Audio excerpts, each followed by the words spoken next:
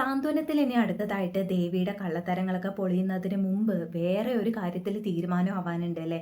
ഈ അലോകിന്റെ കേസിന്റെ കാര്യത്തിൽ അനുശ്രീ എന്തായാലും കേസ് പിൻവലിക്കാനാണ് പോകുന്നത്, അതിൽ സംശയമൊന്നുമില്ല. പക്ഷെ അതിനു മുമ്പ് ഒരു 1000 കൺഫ്യൂഷൻസ് ഇങ്ങനെ വന്നുകൊണ്ടിരിക്കുകയാണ്. ഒരു ഭാഗത്ത് ഗോമതി മനസ്സ് മാറിക്കൊണ്ടിരിക്കുന്നു, മനസ്സ് മാറിക്കഴിഞ്ഞു. നേരത്തെ തന്നെ അലോകിനെ പോലീസ് കൂട്ടിക്കൊണ്ട് വരുന്നതൊക്കെ കണ്ടിട്ട് അയ്യോ പാവം, ഒരു തെറ്റ് ചെയ്യാത്ത പാവം കുഞ്ഞ് എന്നൊക്കെ പറഞ്ഞ് വാത്സല്യം തുളുമ്പിയതാണ്.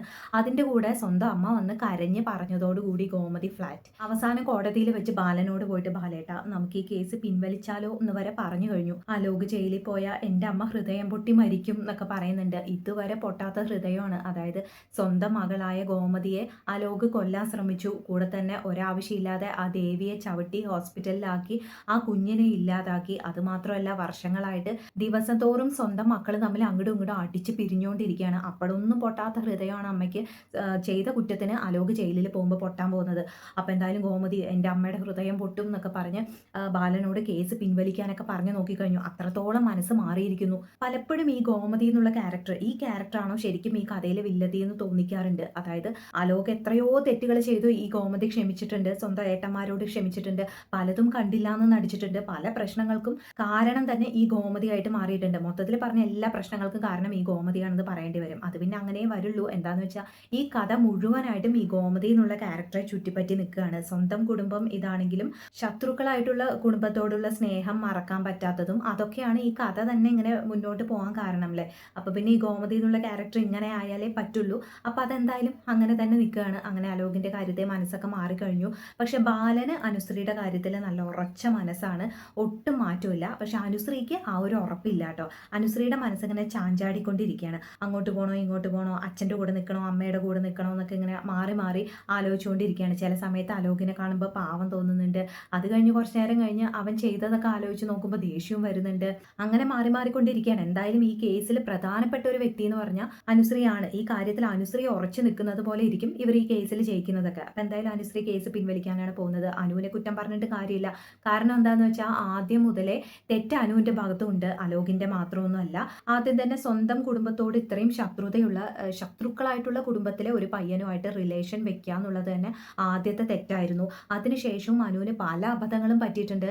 അറിവില്ലായ്മ കൊണ്ടോ മെച്യൂരിറ്റി ഇല്ലായ്മ കൊണ്ടോ പലതും അനു ചെയ്തു കൂട്ടിയിട്ടുണ്ട്. അവസാനം ഈ കല്യാണ തലേന്ന് ഒരു 4 ഫേക്ക് ഫോട്ടോസിനെ പേടിച്ച് അലോകിനെ വിശ്വസിച്ച് അലോകിന്റെ കൂടെ ആ കല്യാണ വീട്ടിൽ നിന്ന് ആരും അറിയാതെ ഇറങ്ങി വന്നതുപോലും അനുവിൻ്റെ ഭാഗത്തു നിന്ന് വന്ന മിസ്റ്റേക്കാണ്. അപ്പം എല്ലാത്തിനും അനു സ്പേസ് കൊടുത്തതുകൊണ്ടാണ് അലോകിന് ഇതെല്ലാം ചെയ്യാൻ സാധിച്ചത്. അപ്പം അവസാനം എന്തായി, അനു വളരെ നല്ല കുട്ടിയോ ആയി, അലോക് ജയിലിൽ പോകേണ്ട അവസ്ഥയായി. അപ്പം ഇതിനെക്കുറിച്ചൊക്കെ നല്ല ബോധ്യം ഉള്ളത് കൊണ്ടായിരിക്കണം അനുവിന് ഇങ്ങനെ ഇടയ്ക്കിടയ്ക്ക് ഓരോ മനസ്സ് മാറ്റം ഇങ്ങനെ വന്നുകൊണ്ടിരിക്കുന്നത്. പോരാത്തതിന് എൻ്റെ പേരക്കുട്ടി ജയിലിൽ പോയോ ഞാൻ ഹൃദയം പൊട്ടി മരിക്കും എന്നൊക്കെ പറഞ്ഞ് അമ്മയോട് കരഞ്ഞ് പറഞ്ഞതൊക്കെ അനു കേട്ടിട്ടുമുണ്ട്. അങ്ങനെ ഈ അമ്മമ്മയെക്കുറിച്ച് ആലോചിച്ചിട്ടും അമ്മയെക്കുറിച്ച് ആലോചിച്ചിട്ടും അങ്ങനെയൊക്കെ ആയിരിക്കും അനു മനസ്സ് മാറി അവസാനം കേസ് പിൻവലിക്കുന്നത്.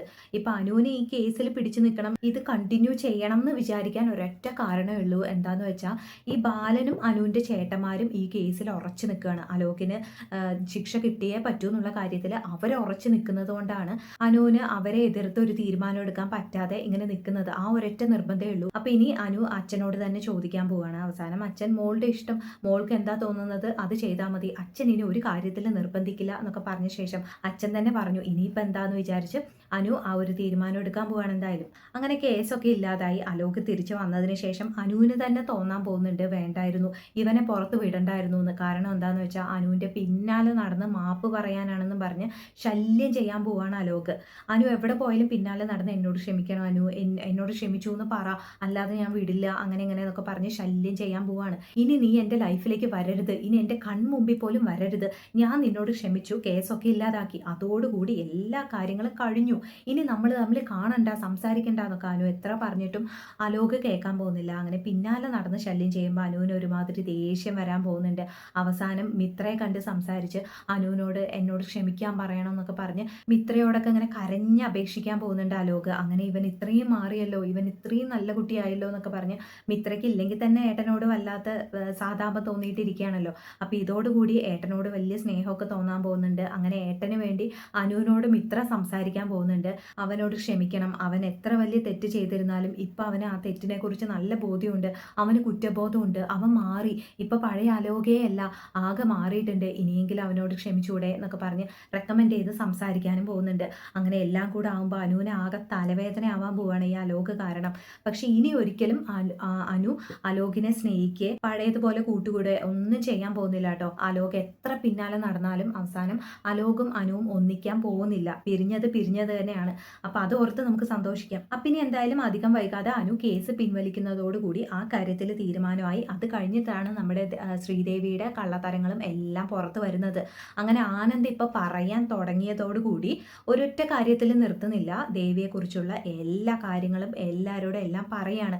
അങ്ങനെ അവസാനം ദേവി വീട് വിട്ട് ഇറങ്ങി പോകാനും പോകുന്നുണ്ട്. പക്ഷെ അത് കഴിഞ്ഞിട്ടുള്ള കാര്യമാണ് നമുക്ക് അറിയാത്തത്. കാരണം എന്താണെന്ന് വെച്ചാൽ ഒറിജിനൽ കഥയിൽ പാണ്ഡ്യൻ സ്റ്റോഴ്സിലെ പോലെ ഇതിൽ സംഭവിക്കാൻ ഒട്ടും ചാൻസ് ഇല്ലാന്ന് തോന്നുന്നു. കാരണം അതിലെ പോലെയല്ല ശ്രീദേവിയുടെ ക്യാരക്ടർ ഇതിൽ, അതിലെ പോലെയല്ല ശ്രീദേവിയുടെ പാരൻസിന്റെ ക്യാരക്ടറും എല്ലാം. ആ കഥയിൽ ഒറിജിനൽ കഥയിൽ നോക്കുമ്പോൾ ഇതെല്ലാം വളരെ സീരിയസ് ആണ്. ശ്രീദേവിയൊക്കെ അവസാനമാണ് മനസ്സ് മാറാൻ പോകുന്നത്. അതുവരെ അവരെ കൊണ്ട് ചെയ്യാൻ പറ്റുന്നതെല്ലാം ആനന്ദിനോടും കുടുംബത്തോടൊക്കെ അവർ ചെയ്യും. അത്രയും കഷ്ടപ്പെടുത്തിയതിനു ശേഷം അവസാനമാണ് ശ്രീദേവി മനസ്സ് മാറുന്നതും നല്ലവളായിട്ട് മാറുന്നതൊക്കെ. ഇതിലിപ്പോൾ ആദ്യം തന്നെ ശ്രീദേവി ചെയ്ത തെറ്റുകളൊക്കെ ബോധ്യപ്പെട്ട് നന്നായ സ്ഥിതിക്ക് ഇനിയിപ്പോൾ കേസ് കൊടുക്കുക, ആനന്ദിനെതിരെ കുടുംബത്തിനെതിരെയൊക്കെ കേസ് കൊടുക്കുക, അവരെ ദ്രോഹിക്കുക, അങ്ങനെയുള്ള കാര്യങ്ങളൊന്നും ഇതിൽ ഉണ്ടാവില്ല എന്ന് തോന്നുന്നു. ഇനിയിപ്പോൾ ഉണ്ടാവാൻ തീരെ ചാൻസ് ഇല്ല എന്നും പറയാൻ പറ്റില്ല. കാരണം ശ്രീദേവിയെ പുറത്താക്കിയതിന് ശേഷം ആനന്ദ് ശ്രീദേവിക്ക് ഡൈവോഴ്സ് നോട്ടീസ് കൊടുക്കുന്നു. ഇവളെ ഇനി എൻ്റെ ലൈഫിൽ വേണ്ട, എനിക്കിനി ഇവളെ വേണ്ട എന്നൊക്കെ പറഞ്ഞതിന് ശേഷം ഇവർ എന്താ ചെയ്യാന്ന് ആലോചിച്ച് സങ്കടപ്പെട്ടിരിക്കുമ്പോൾ ശ്രീദേവി ഒരു ഭാഗത്ത് ആനന്ദിനെ മറക്കാൻ കഴിയാതെ ആ കുടുംബത്തോടുള്ള ബന്ധമൊക്കെ കഴിഞ്ഞു എന്നുള്ള കാര്യം ആക്സെപ്റ്റ് ചെയ്യാൻ കഴിയാതെ ഒരുപാട് കഷ്ടപ്പെടുമ്പോൾ അത് ഉദയഭാനുവിനും ഭാര്യയ്ക്കും കണ്ടു നിൽക്കാൻ കഴിയാത്ത അവസ്ഥ വരിക. ആ ഒരു അവസരം മുതലെടുത്ത് കൃഷ്ണമംഗലത്തെ അച്യുതനോ മറ്റോ ഇവരോട് വന്ന് ബുദ്ധി ഉപദേശിച്ചു കൊടുക്കുക. നിങ്ങളിങ്ങനെ അവർക്കെതിരെ കേസ് കൊടുക്കുക, സ്ത്രീധനം ചോദിച്ച് പീഡിപ്പിച്ചു, ഗാർഹിക പീഡനം എന്നൊക്കെ പറഞ്ഞ് കേസ് കൊടുക്കുക. അപ്പോൾ ഈ കേസിൽ നിന്ന് രക്ഷപ്പെടാനായിട്ട് ശ്രീദേവി അവരെ തിരിച്ചു വിളിക്കും എന്നൊക്കെയുള്ള തെറ്റായ ഉപദേശങ്ങളൊക്കെ ഇവർക്ക് കൊടുത്തിട്ട് ആ കൃഷ്ണമംഗലത്തുള്ളവർ പറഞ്ഞത് കേട്ട് അതേപോലെ ഉദയഭാനുവും ഭാര്യയും ഓരോന്ന് ചെയ്യുക. അങ്ങനെ അവസാനം ഒറിജിനൽ കഥ പോലെ തന്നെ വലിയ പ്രശ്നങ്ങളായി ഡൈവേഴ്സായി അങ്ങനെ പോകാനുള്ള ചാൻസും ഉണ്ട് അല്ലേ. അപ്പോൾ ശ്രീദേവിയുടെ കാര്യം ഇപ്പോഴെങ്കിലും ഒരു ടേണിംഗ് പോയിന്റിൽ എത്തിക്കുന്നത് വളരെ നന്നായി. കാരണം കുറേ കാലമായിട്ട് ഇതിങ്ങനെ ലാഗ് ചെയ്ത് പോവാണ്. ഉദയഭാനുവിനെ കുറിച്ചുള്ള കാര്യങ്ങളൊക്കെ ബാലൻ ഇടയ്ക്ക് വെച്ച് കണ്ടുപിടിക്കുന്നതായിട്ടൊക്കെ കാണിച്ചു. പക്ഷെ ബാലൻ അത് ആരോടും പറഞ്ഞുമില്ല. ആ കണ്ടുപിടിച്ചതും അത് അതേപോലെ തന്നെ ഇല്ലാതാവും ചെയ്തു. വീണ്ടും പഴയതുപോലെ തന്നെ ആയി. അങ്ങനെ ഒരു വ്യത്യാസവും ഇല്ലാണ്ട് കുറേ കാലമായിട്ട് പോയിക്കൊണ്ടിരിക്കുകയായിരുന്നു ഈ ശ്രീദേവിയുടെ കഥ. ആനന്ദിന് ചിലതൊക്കെ അറിയാമെങ്കിലും ആനന്ദ് പുറത്ത് പറയുന്നില്ല. അങ്ങനെയൊക്കെ ആയിട്ട് ഇങ്ങനെ പോയി. ഇപ്പം എന്തായാലും ആ കാര്യത്തിൽ ഒരു വ്യത്യാസം കൊണ്ടുവന്നതിൽ എന്തായാലും കഥ ഇനി കുറച്ച് ഇൻട്രസ്റ്റിംഗ് ആയിട്ട് പോകാൻ പോവാണെന്ന് തോന്നുന്നു. എന്തായാലും എപ്പിസോഡ്സിൽ ഇതുവരെ അങ്ങനെയൊന്നും വന്നിട്ടില്ല. കോടതിയും കേസും ഒക്കെ ആയിട്ട് പോയിക്കൊണ്ടിരിക്കുകയാണ്. ഈ കാര്യങ്ങളൊക്കെ കഴിഞ്ഞ ശേഷമായിരിക്കും ഇനി ദേവിയുടെ ട്രാക്കിലേക്ക് എത്തുന്നത്. അപ്പോൾ നമുക്ക് കാത്തിരുന്ന് കാണാം. Thank you, by.